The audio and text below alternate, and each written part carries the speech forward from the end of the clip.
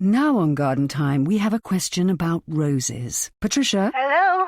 Yes, my rose bush. I've noticed the leaves have been getting black spots. Black spots? I wondered if that was something I ought to be concerned about. Don't dilly-dally. Get on Bally! Bally Casino has arrived. The American gaming experience is now here in the UK. Get 30 free spins when you spend £10. Play online today. UK only. New members only must opt in. Free spins on Secrets of the Phoenix Megaways. 1p coin size, 20 lines, 30-day expiry. Further terms apply. 18 plus. Play responsibly. BeGamblerAware.org. I've got about 10 seconds to tell you how to get 2-for-1 tickets for Top Draw comedy nights near you, thanks to our friends at the TV channel Dave at absoluteradio.co.uk. Also, I've got to tell you about how you can win prizes while you're there too. I've run out of time, though. Frank Skinner on Absolute Radio with SwiftCover.com. For car insurance, don't wait in line, go online. Get a life. Get Swift Covered. Absolute Radio. It's the professional Frank Skinner show on Absolute Radio. I'm here with Gareth and Emily, my friends, who are going to help me through the morning. Hello. And there's loads of... Don't say hello. Are you saying hello to me or to the listeners? To everyone. Yeah. No, that's good. I like that. It's like on the cricket when everyone... Yeah. And there's things I have to say, like if you want to text us, we're on 81215, or you can email us. You have to go to the website on absoluteradio.co.uk/Frank Skinner. I've had my first email from Mark Smith, which excited me a lot because the lead singer of my favourite band is called Mark E. Smith. That's the 4. But when I saw that this Mark Smith, had spelt welcome with a double L, I thought it won't be him. But thanks, Mark. And you begin Dude as well, which makes me feel all young and trendy. So, Dude, it's great to have you here on the radio at Absolute. And have a ball, he says. No pun intended. Oh. Well, no, we don't get a pun either. What is the pun there? Is there a pun? It'll be about... So did you see Comic Relief last night? I did. That's what everyone's talking about at the water coolers in the empty offices all over Britain. This morning they're all doing it here. Yeah, I really enjoyed it. Did you see it, Gareth? No. No, I was working last night. I'm a comedian. I had a gig. Right. This is hard times for being a comedian when Comic Relief is on. Yeah, Comic Relief kills live comedy, doesn't it? Everyone was watching telly. The gig was empty. That's it. They don't think about that. No. What they need is the Africans need to do some sort of thing to help the comedians that don't get any work when Comic Relief is on. A percentage should go, like 40% goes to Britain, 60% to Africa, maybe at least a couple of percent for the comedians that are losing out that night because everyone's watching telly. I'm not sure about your percentages there. I think we can rethink the percent. Well, down Africa. Push Africa down a little bit. I still think Africa should get the lion's share. They have lions. They have lions, don't they, in Africa? I confidently think they do. Yeah, I don't mean the cake shop. I mean the animals. Sorry, you were going to say... I really liked it. I saw... I loved The Apprentice. I thought that was by far my favourite thing. But the wrong team won. Did you see that? I've never seen The Apprentice before, so I don't know how different that was from The Apprentice. Well, it was wrong, because the boys created a much better toy. They had this really cool belt for kids. You know, the challenge was to create a kid's toy. And the girls created this weird Velcro suit for children to essentially cling to each other all the time. I thought that was good, though.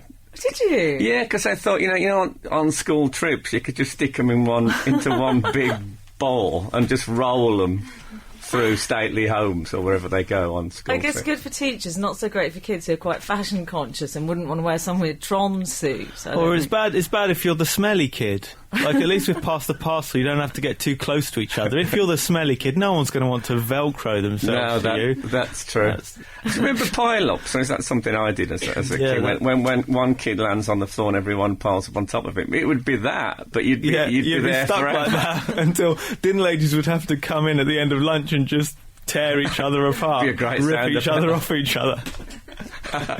Anyway, so I saw I'd say there was one terrible bit on that, and that was when Alan Sugar started telling the boys that their mistake was that their toy would be so expensive to make. And he said, you're talking about 50,000 units and it's going to be 8,250,000 for the plastic bearings. And he said, you know how much money we're talking about here? And under a breath, you heard Carol Vorderman say, 87 million. And I thought, oh, Carol is still doing mental arithmetic. It reminded me of when they said Stan Laurel, after Oliver Hardy died, Stan Laurel kept writing sketches for Laurel and Hardy. even though Oliver Hardy had died. And poor Carol can't stop doing mental arithmetic. I bet she hangs around dartboards. Oh, man. But it was, I cried all night, basically. Oh. Partly because I was thinking about doing this show, but mainly the films were the sad. I mean, we can't talk about them, but they were so sad. I pledged everything I had and my house and everything. Well, imagine me at a comedy gig. Like, we went on as normal, but then the little African boy came in the middle. Oh, you did it live? 5 minutes. Yeah, we did it live, and it just doesn't work live. No. I don't think he really had 5 minutes of material. No. But they were with him, but it was just hard to go on after him.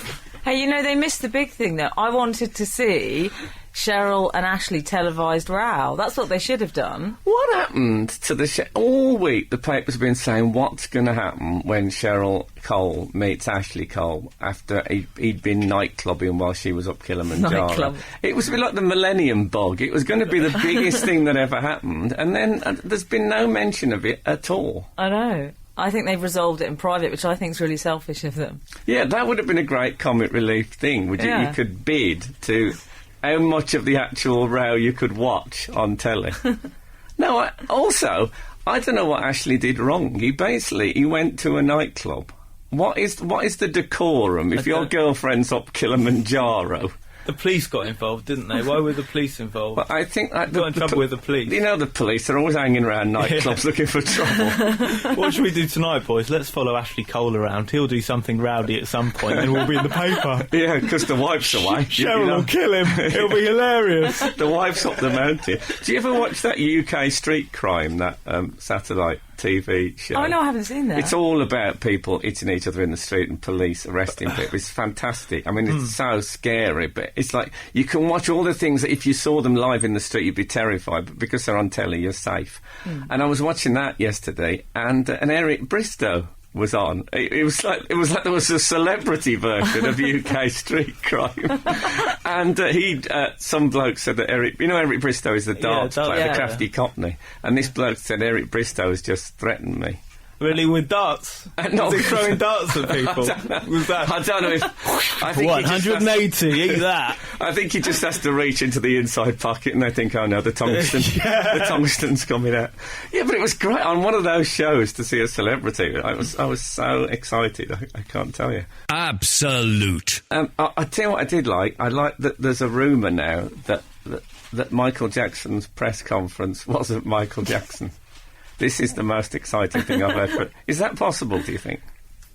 Well, I don't know. He's quite a distinctive-looking fellow, isn't he? He's not someone who you mistake him in the street too much. Is that Michael Jackson? He's got one of those faces where everyone just looks like him.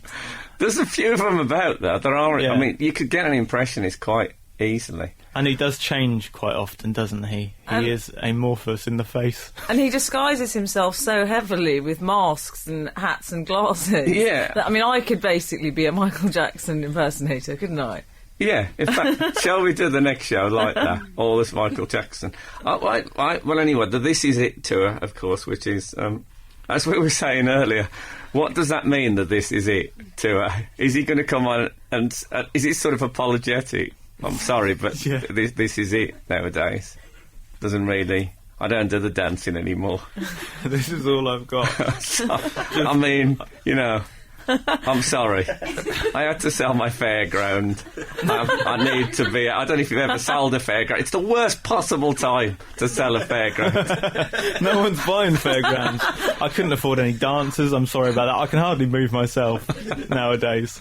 So, and I think we've put a CD in. Can you put in Thriller? Put in Thriller and I'll sing along to some tracks. I mean, I'm already singing on it, so I won't need to do much. It'll be like this. It's called... The first 4 shows are called the This Is It tour, and then the other 45 shows are called Sorry, Refunds are available at the box office. But Michael turned up in a wheelchair and pyjamas again, and the crowd just weren't having it. I was sure it was going to be called the No Smoke Without Fire tour. No, they rejected that. Too long on the poster. too long and wordy. But I, to be honest, I'd like to see Michael, because I kind of feel I missed out on the whole Michael Jackson phenomenon. Did you? I was so drunk at the time for all his big years. You wouldn't have enjoyed it if you went. No, you I don't mean I just at the gigs. I was too drunk even to hear him. I knew he was a big star, but I mean I couldn't have identified the big singles or any of that. I liked the Jackson 5 before, so I feel that when I meet people who are like such big fans. I mean, mega. People queued for like how many? 27 hours. That is weird, though. They are quite weird people. Oh, well, I like obsessive people. So I thought what didn't look real about that video was the fans. You looked at the fans and they looked like there was like 30-year-old men who looked like they had jobs, when that's not who you see screaming at Michael Jackson back in the day. So not only was it not Michael Jackson, it wasn't even Michael Jackson fan. Is it the O2 Centre or is it an inflatable? Is any of this real? It might not even be happening. It might have nothing to do with Michael Jackson. Anyway, if you want to go and see Michael Jackson, all the tickets are sold out. They're going to be. I think he sold 1 million tickets. Yeah. And 49 shows, what an odd number to do. But also, aren't they extending until 2010? So it's not going to be like some big occasion going to Michael Jackson. Everyone's going to end up going. I don't know the last time Michael did a tour, but I mean, a tour is quite hard work. I mean, the last tour I did was 69 gigs over like 3 months. You kind of, by the end of it, you're kind of glad of a rest. And Michael's going to do 49 consecutive nights. And I got the feeling he's a man who could be blown over. You know, he could get injured unwrapping a galaxy. And he said, I'm never going to do London again. This will be my last London show. And I was like, what, are you doing Basingstoke next? How's he going to get around that Hemel Hempstead? I thought he's never going to work again. No, he just said, I'm never going to do a show in London ever again. Oh, I take that as a slight. I like that impression of Michael Jackson. Thank you. It wasn't you, was it? At the, Well, I've been asked not to say, but yes. Did he exclaim with joy when he found out the tickets had been? Well, it did say that it said on Sky that he'd cried out with delight when they told him that all the tickets had sold out. Like that. Ow! Yeah. He's got a lot of cries he could have done. But you would, though, wouldn't you? You would be quite excited. I hope he sounded like a wounded animal. Well, he always does a bit. Is that what it's going to be like? You're right, Michael. Is that what it's going to be like? He's just going to be making... Oh, I hope it's good. Charles Bronson is going to come on and join him for Smooth Criminal. Absolute. We were just talking about the Charles Bronson movie, which, in case you don't know, is about this guy who's been in prison for 34 years, is it? Yeah, that's right. Basically, because every time he's due to come out, I think he hits somebody, or I think that's basically what works. He keeps having rooftop protests and things. So he has been let out, I think, twice, but he keeps reoffending. Yeah, he keeps robbing things or trying to. So was he called Charles... Is that a coincidence he's called Charles Bronson? No. Or no? Well, no. He changed his name to be like the film star. His name was it was Michael Peterson, I think. Yeah, very good. Oh, yeah, that's slightly scary that I know that. I didn't know him in his youth, and he changed it because I suppose he wanted to be like a hard guy. So if I wanted to be harder, I could change my name to Clint Eastwood. Yeah, exactly, and that would work. And in fact, they should have got Charles Bronson for that Norwich Union advert. You know when you get like Bruce Willis saying, would Walter Willis have been a big star? And then you could have Charles Bronson saying, would Michael Peterson have been in prison for 34 years? It would have been great. Yeah. Although it sounds like he still felt like he had something to prove, even after changing his name. Well, the mistake he made, like in that film, there's the bit where Elle Macpherson, in that advert, Elle Macpherson, I think her name was something like Eleanor Gow. Yeah. And she said, would Eleanor Gow have been known as the body? Which obviously she would have done anyway, but she chose... Depends whether she was found by the police or not. She chose Elle Macpherson. She didn't think, I want to be thought of as a beautiful model, I'll call myself Linda Lusardi. And that's the mistake that Charles Bronson did. He chose somebody that was already a famous hard man. It's not like you can have a whole... Well, I don't know what the collective noun for Charles Bronsons are, but there must be one. Murderers? No, he hasn't killed anyone. He hasn't killed anyone, and neither did the film star Charles Bronson. Let's make that absolutely clear in case his family are listening. It seems like a failure, like a loophole in the legal system, is that he clearly doesn't want to be in prison anymore, and they don't want him in prison because he just makes he makes a trouble. Nuisance of himself. He does, yeah. But then the more nuisance he makes, the longer he has to stay in prison. So what are they going to do with him? Well, it's a tricky one. I think it's a vicious circle. It's a vicious circle. He's done, while he was in there, he's written a fitness guide, though. You are kidding. No, I'm not. It's called Solitary Fitness. Okay. And so I thought it was a DVD, and then I thought, no, how would that have worked? But it shows you how to keep fit in confined spaces. Yeah, with the occasional outing on the roof. It's not about hitting people. No. The hitting wardens. Diet. And punch and pull back, and punch and pull back. Just keep going until they stop moving. And ram raid. Is it warden or is it warder? I don't know. One sounds more archaic than the other. I think, is that like a Victorian name for a screw? No, I've got an idea that the warden is the boss of the prison and the warder is the man with the keys. Because in Jailhouse Rock, Elvis says the warden threw a party at the county jail. And I don't know if the blokes with the keys would have the authority to organise some sort of soiree off their own bat. And Charles wouldn't have been invited anyway because he would have been in solitary. Do you know the other thing I love about Charles is that when he started out as a bare... Hold on, are you saying there's things you love about the violent criminal Charles Bronson? I am quite... Yeah, okay. I do quite like him. What's the other thing you love about it? Is that, he started out as a bare-knuckle boxer in the East End.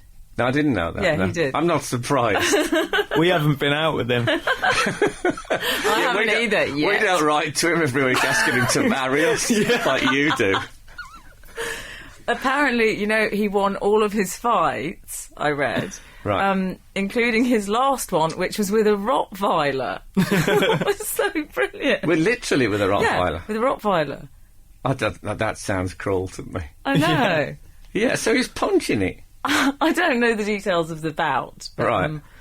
Yeah. Oh, okay. Well, that's put me off him. He seemed like a sort of musical character at one point, but now although there has been complaints about the film. One warden, I said that he shouldn't be glamorised. You don't know what it's like being in prison with him, and he said there's people who he's hit who have never worked again. Never worked again? Yeah, he actually hit me about 4 years ago.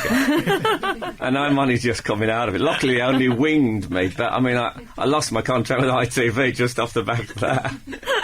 I was walking wounded for 3 years. If someone wants out of a job they don't like, just go out to Charles Bronson and he'll punch you and you'll never have to work again. I've seen the trailer. Have you seen the film? No, it was out on Friday, I think, wasn't it? I find trailers are enough. He was out on Friday. Can I just say, we think Charles Bronson's a very, very nice man. Absolute. Yeah, we've got a guest, by the way. I think if you're a professional DJ, you usually try it at the top of the show, but I forgot. Not that I'm not excited, because he's a very funny bloke. He's Dave Gorman, and who I'm sure we all know and love. And I did a gig with him, actually, only last Monday, and he stormed it.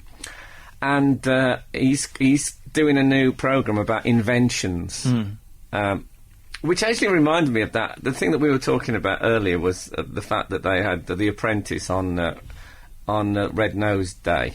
And I did This Morning with Ruby Wax about 3 years ago. And we were sitting... I thought you meant co-presenting. No, we were guests, and we were sitting in the waiting room, it's like the doctor's waiting room kind of thing for This Morning. And this is... And she said, I've invented something. She said, it's a kind of a domestic thing, she said, but... She said, I can't tell you what it is, but it's going to be an absolute... It's going to be like the biggest. It's the people I've been to about it have gone crazy about it. It's going to be an absolute smash, right? This, I say, was about 3 years ago. Now, either she's held it back, Ruby, or it passed by. Do you think it was like Ruby Wax? A kind of household wax. That's red. That's red, and you can use it for everything. Just any... Well, if it was that, I haven't heard of it. I mean, maybe it was like the sat-nav. And we just didn't know it was Ruby Wax behind it. Quite about Do you remember there were those two guys from Big Brother who invented... It was a receptacle to put tea bags in. Oh, yeah. And I just call that a bowl. Why? What, or you just put them straight in the bin? Or a bin. I've got a receptacle for tea Maybe that bags. was I wonder him. if it's the one. Yeah. I'll have to check the patent number and then Google them. I had a very odd thing. I was quite close with my grandma, and I can remember clearly. Did you use her as a receptacle for tea bags? Is that what you're going to say? She drank so much tea, she did look like a tea bag. Did she really? She really did. Oh, sorry to hear that. And I've got a clear memory of that. She showed me the blueprints for an invention that she'd made. Honestly. Your grandma did? Yeah, she'd probably had it drawn up by someone proper. And what it was a clip that you put on, like, the accelerator of a car that your high heel fit into so that it didn't slip off, because she reckoned it was a problem, the slipping of the shoe. I love that. Your grandmother wore high heels? Yeah, well, proper lady shoes. I think lady shoes are different to man She was shoes. quite a saucy grandmother. Yeah. Your grandmother isn't Ruby Wax, is it? No, but the weird thing about it is that no one else in my family ever heard about this. Right. And She only showed it. No, it was never made. She only showed it to me. Oh, okay. She thought Gareth's the one to talk to about Gareth's this. the one who can make I was this only happen. 8, and I don't know if it took You off. were 8? Yeah, I was really little. Oh, I don't think you should be showing blueprints to an 8-year-old of anything. That just feels wrong to me. And I never got to ask her about it again after she died in that car crash. Not really. That was a joke. That was a joke. The story's true. The story's true. That's try. I had this idea. I don't think it was safe though. That thing. It doesn't say. I think you should drive in flats. Oh yeah, I'm so I going don't to mean do in that. flats as in like apartments. No, that wouldn't be that's safe. dangerous. But yeah, I always. I wouldn't. Yeah, I wouldn't. If any of our, I think you have to say when you're on the radio things like, if any of our readers are thinking of inventing something that drive high heels and etc. It has to be passed by the proper safety boards if they want to do that. Is that right? Yeah, don't try stuff. Anyway, there'll be more about inventions after this break. Absolute. So, my invention was a bath plug with a chain that's only about 8 inches long on it, and then like a football on the end of that. So the bath could never overflow, because when the water got to a certain height, it would raise up the ball and pull the plug out. I thought it was so you could play football in the bath. That's what Well, you were gonna say. could play football in the bath, but if you gave it anything like a decent kick, all the water would run out, which would be rubbish.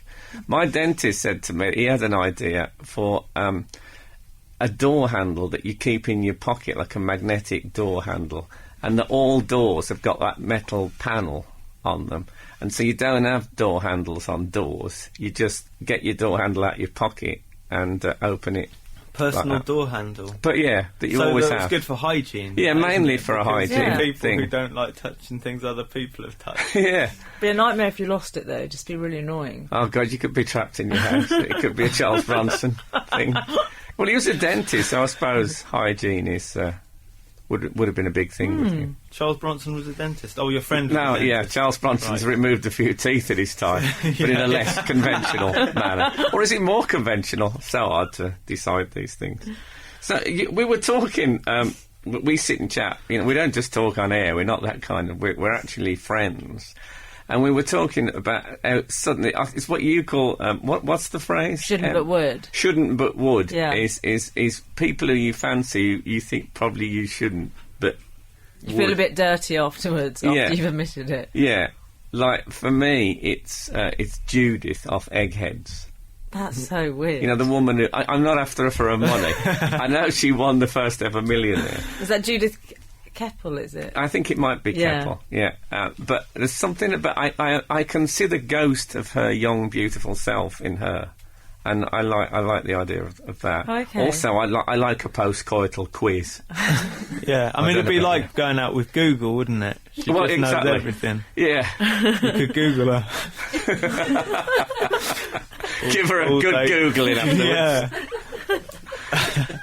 Who do you like, Em? You know who I like. I do, but I'm doing that professional I know, but radio I'm really thing of embarrassed pretending. because it's just awful and everyone's going to think I'm really weird. But... It's Henry VIII. I'm Yeah. really sorry.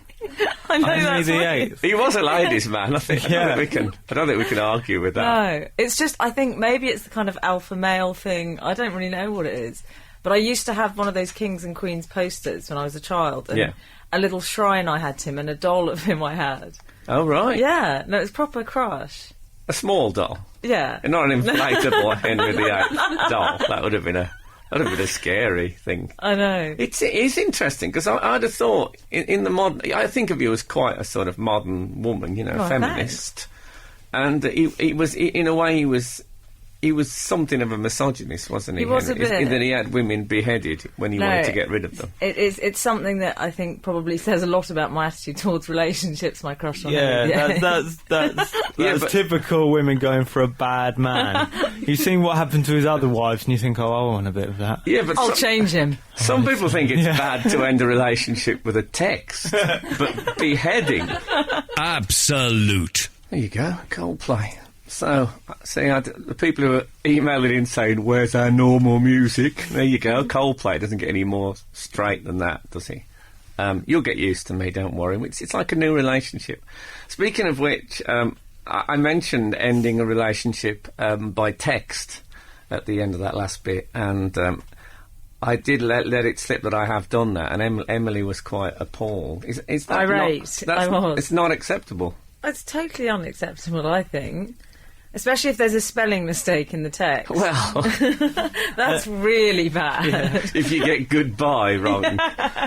No, it's over. Well, then you're going to hate me even more for this, because I wanted to... And I'll change the name to protect the... well, not that innocent, but the one... I ended one not only with a text, but it was a kind of a parody of a game show... Well, it kind of said, I'll make her call Susan. It kind of said, so, ladies and gentlemen, we're going to have to say goodbye to Susan. She's been a great contestant, but that's the end of the road. No. But she does leave with... And then I listed all the gifts that I'd bought her during our relationship. I can't believe you did that. Oh, my God. It was about 4 pages of text. It's like, you are the weakest link, goodbye. Well, I don't think that was out then. Otherwise, that would have saved me a lot of text. Facebook's pretty low as well. To suddenly change your status to single. That's what the kids do now. Is that what they do? Is that how you find out? That's how you find out. Kerry Katona did that, I believe, this morning. Not that she's a friend of mine, but I read that in the paper, yeah. Really, God, she doesn't hang around, Kerry. No. She dumped a bloke on Facebook. I'm not sure who dumped who, but yeah. That's... Do you just change your status? Yeah. You just have a status update one day that says, Kerry Katona is no longer in a relationship. Yeah. And Mark got in touch and said, Kerry, what's this? Yeah. Yeah, exactly. That's the idea. I mean, it depends also, like, whether it's okay to dump someone by text if the whole relationship has been by text. Well, I think if the whole relationship's been by text and one day you turn up at their house and they say, who are you? It's too much. And they say, you know the text guy? Well, I'm here, but I'm ending the relationship. But I didn't want to do it by text. That would be absolutely... Email, how's that? Is that all right? Twitter? No, it's still pretty cowardly. Twitter. Pigeon?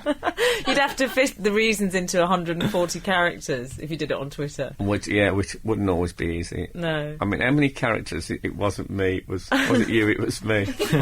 Oh, I don't know. There's often been several characters involved in these splits. It's interesting, though, isn't it? Because obviously splitting with someone is not a pleasant thing anyway. It's the idea that there's ways when it's supposed to be a bit... I mean, it's not going to be any less painful to be text than it is to be told face-to-face. That's not going to help them in any way, is it? I just think it feels like, you haven't been stitched up quite so much. I think it just feels like a more dignified way to leave things. I always think that on the hundreds of times I've been dumped. I always personally, that's my preference, face to face. Well, that's good. If anyone's thinking of going out with Emily, it's good to know that is her dumping of choice. Maybe people should have that on their Facebook thing. In a relationship, brackets, dumping of choice, email. Short but firm. Postcard, I prefer postcard. Postcards, no. The thing is with postcard, you can never be sure, could you? I'm not flagging off the postal service. But at least you've made an effort, that's what postal... And also, what would be on the picture on the postcard? Well, it would depend on how the relationship went. You could have arrange an animal picture would be a negative message. Well, I don't know. It's all about what's coming next. Anyway, I'm not suggesting. If you are thinking of dumping your loved one today, don't do it by text. That's the message I'm receiving. Absolute. I'm Frank Skinner on Absolute Radio. I'm with Gareth. I'm with Emily. But now I'm also with Dave Gorman. Dave, welcome. Good morning. A lot of radio shows, the people cheer and whoop at this to posses, but we haven't really worked out a proper welcome. No, Steve Wright pretends to be his own posse. Yeah, he does. He does that off air. He does that himself. Hey, play with Dave Gorman. Hey, and it's Steve Wright just himself in the microphone, and you have to pretend that there's other people there. It's great. Well, I'll tell you what I do. Whenever I do radio shows and they do, so Frank just Skinner's join it in. and they whoop. I join in completely, but I mean, I really whoop. Stop. But I think you underestimate how people can perceive a Birmingham accent in a whoop. Oh, no. I think there's people out there going, that's him. Yeah, oh, no. I am disgraced. We were just talking about dumping people. Actually, I haven't done this yet, but if anyone would like to text or email or phone in and tell us a terrible or funny way you've dumped or been dumped. Or anyone would like to call in and dump their partner. Yeah, by I'd radio. rather my girlfriend didn't phone in and dump me. I don't know. How would that be, etiquette-wise, being dumped live on air?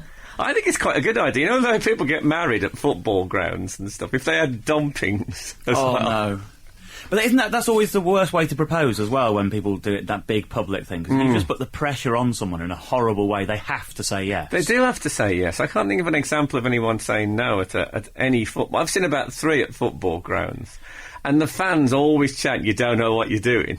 Yeah. Yeah. But you have There to was a say. thing, I was doing a show in Sydney at the Opera House. It sounds very grand, but it was a very small room in the Opera House in Sydney.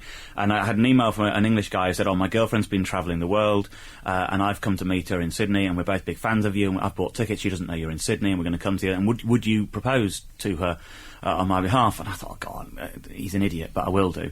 And you can see, and I hope he isn't listening, because he's a very nice bloke, but you can see him thinking, well, she's gone off around the world, and I'm scared of losing her now, because she's got broader horizons, and her world is different, and now she's back. I'm desperate to keep her. I'm desperate educating to keep her. Rita syndrome. Yeah.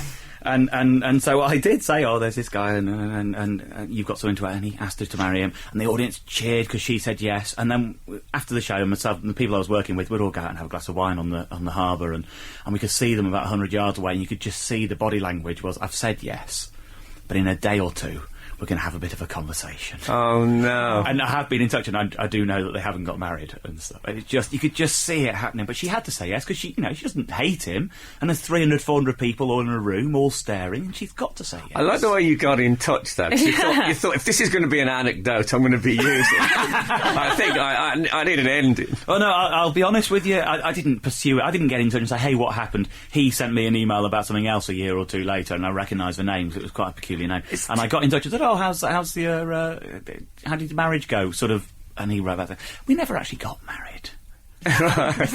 You already sounded negative, didn't it? How did the marriage go? It already sounds a bit past tense. Maybe that is what I said. But yeah, it was awful. It's just embarrassing. My argument is that she should have said no on the night. I think so. Do you remember when, was it Michael Jackson who thought he'd won a Lifetime Achievement Award at some thing? Yeah, and he that was so embarrassing. I mean, and that's how that guy must have felt. He must have thought he'd won the Lifetime Achievement. Well, there was actually, at the same time in Australia, there was an Australian TV show, which was absolutely awful, because the whole show was like a live thing, and they would basically ambush a bloke, and they would say, okay, your partner's got something to tell you, and then over half an hour, a guy would sit in a room and he'd see videos from his girlfriend, basically saying, come on, Bruce, we've been together now for 18 years, you know we're great together, we've got kids, I just want to tie the knot. And they'd have this whole all these videos like that, and then they'd have his mates going, be careful, Bruce, and at the end of it, he'd have to make a decision about whether he was going to marry her, and there was a priest there, and their families were there, and the wedding happened live on TV. So actually, they force some people into saying no, because you can't do the kind public yes and then get out of it nicely. Wow, I'm amazed that hasn't come. That's like the DNA tests on Jeremy Kyle. I know. They're fantastic. I must admit, I am on the edge of my seat. They're the best teasers after. I would love to be able to say, and after this break, we're going to find out if George is the father. Absolute. That's MGMT with kids. I really like that. I'm just pointing that out. I don't know where I'll get out of that habit. But anyway, I'm Frank Skinner. I'm on Absolute Radio, Saturdays from 8 till 10 a.m, and I'm with my friends Emily and Gareth and my special guest, Dave Gorman. Hello. No. We've just been told that we're on webcam, and I'd like to point out to everyone that suddenly Emily has lip gloss on. Well done, Em. I might have done a bit of touching up. Easy. It's a bit late now. We're an hour and a half into the show. By now they know.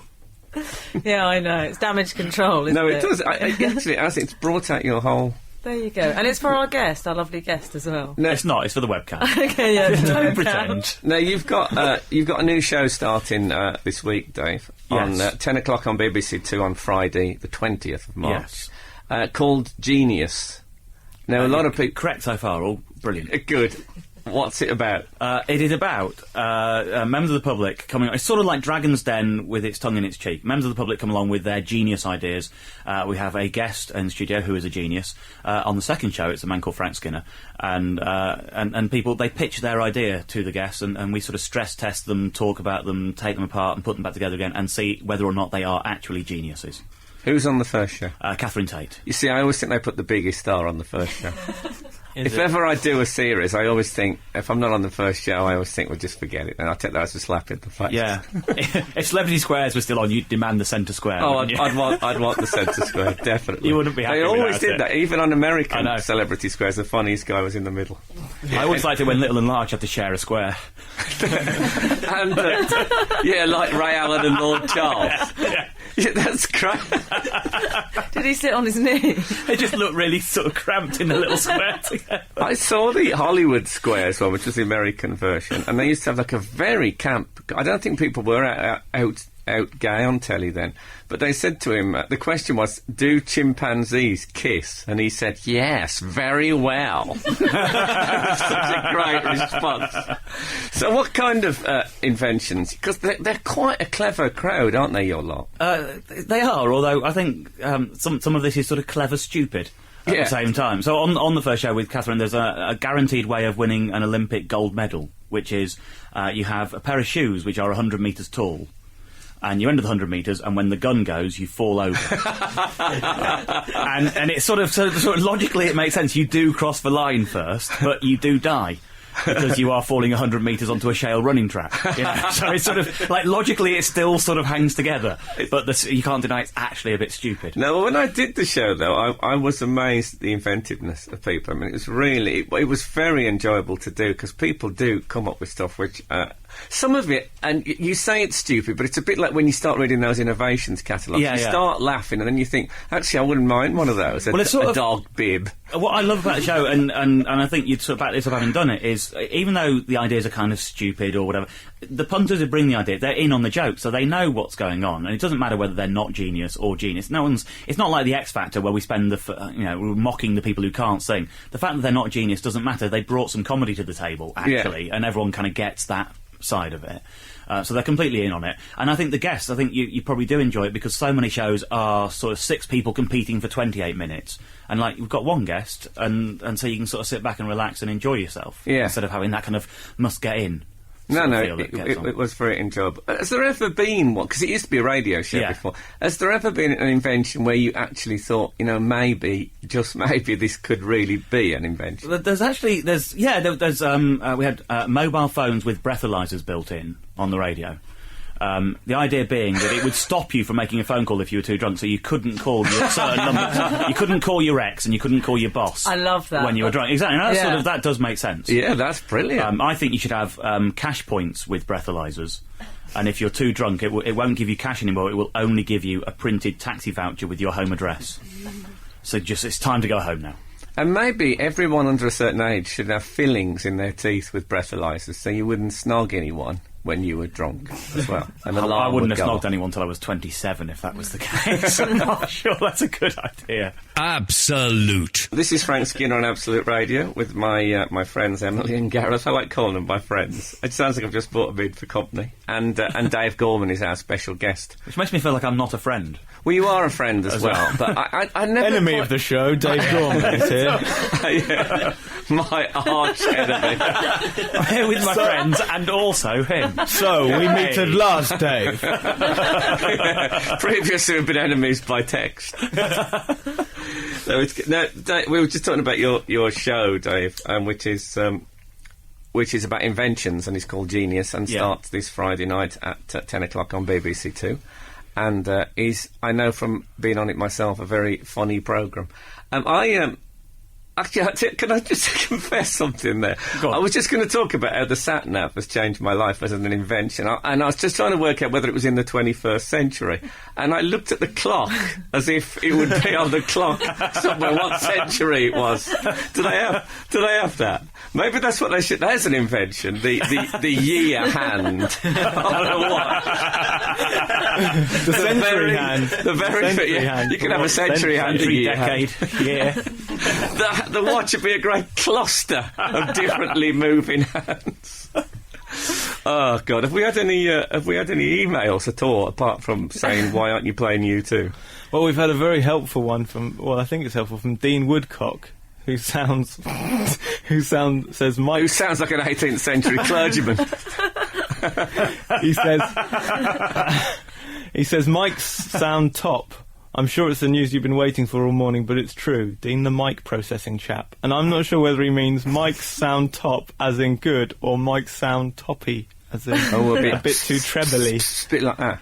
So is Dean the guy who came in the other day and fixed the mic? I don't know if he is our sound engineer and he's communicating us by There's a lady over email. there nodding, saying, "Yeah, you think he might have just given us a thumbs up through the window rather than email?" Is it not some direct line for staff? They actually have to sit at home and send an email like everyone else. Well, it was in my contract. I wouldn't talk to any staff directly. They have to email me. Dean's the guy who if I'm dumping them. Dean's the guy who set the microphones, so he's basically complimenting himself. Yes, he's also what Dean sat in bed thinking would be nice to say something positive about this nightmare.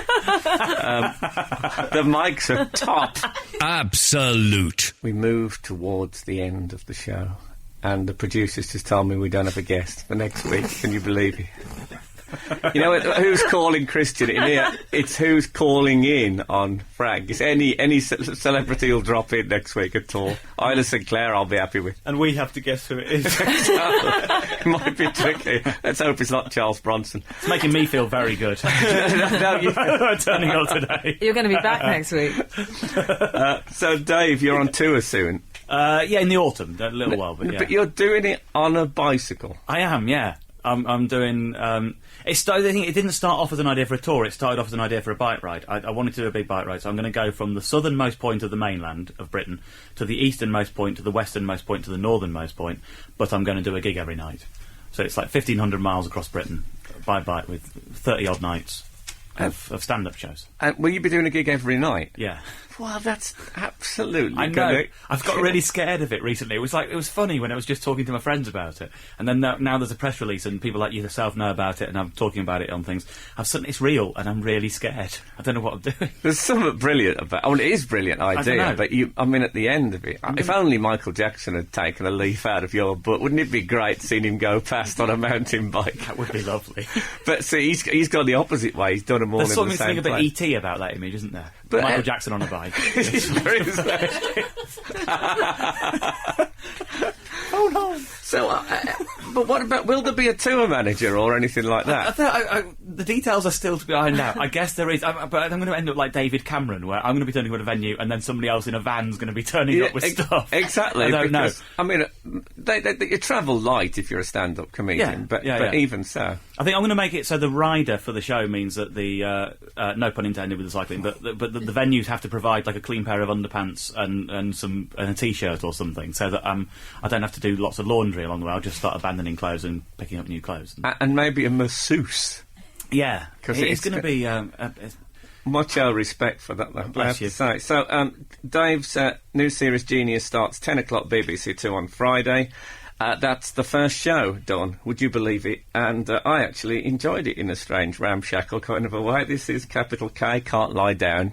See you next week. Barbecue season is here. With KFC's new Ultimate Barbecue Burger. Original recipe chicken.